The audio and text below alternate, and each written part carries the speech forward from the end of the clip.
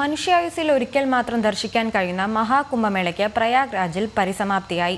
ശിവരാത്രി നാളിൽ അമൃത സ്നാനത്തോടെയാണ് മഹാകുംഭമേള സമാപിച്ചത്. 66 കോടി ജനങ്ങളാണ് മഹാകുംഭമേളയിലേക്ക് എത്തിയത്. വിവരങ്ങൾ നൽകാൻ ഗൗതം ചേരുന്നുണ്ട്. ഗൗതം, വിവരങ്ങൾ.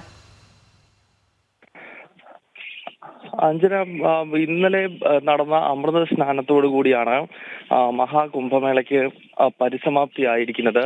ഏതാണ്ട് 45 ദിവസം, ജനുവരി മാസം 13-ാം തീയതി ആരംഭിച്ച് പിന്നീട് ഇന്നത്തെ ഈ ശിവരാത്രി അവസാനിക്കുന്ന ഈ ഘട്ടം വരെ, ഇന്നത്തെ പുലർച്ചെ വരെയാണ് മഹാകുംഭമേള നടന്നു വന്നത്.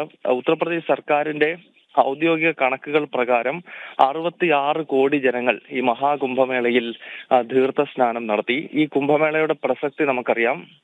മനുഷ്യായുസ്സിൽ ഒരിക്കൽ മാത്രം ദർശിക്കാൻ കഴിയുന്നതാണ്. അതായത് 144 വർഷങ്ങൾ കൂടുമ്പോൾ മാത്രമാണ് മഹാകുംഭമേള നടക്കുന്നത്. അതിനാൽ തന്നെ വലിയ തോതിലുള്ള ജനപ്രവാഹം, ഭക്തരുടെ പ്രവാഹം ഇത്തവണ പ്രയാഗ്രാജിലേക്ക് ഉണ്ടായിരുന്നു. 66 കോടി ജനങ്ങളാണ് തീർത്ഥസ്നാനം നടത്തി കുംഭമേളയിൽ നിന്ന് മടങ്ങിയിരിക്കുന്നത്. എന്തായാലും ഇന്ന് സൂര്യോദയത്തോടുകൂടി മഹാകുംഭമേള അവസാനിച്ചിരിക്കുകയാണ്. ഇനി അടുത്ത കുംഭമേള 2028 നടക്കുന്നത്. അത് അർദ്ധകുംഭമേളയാണ്.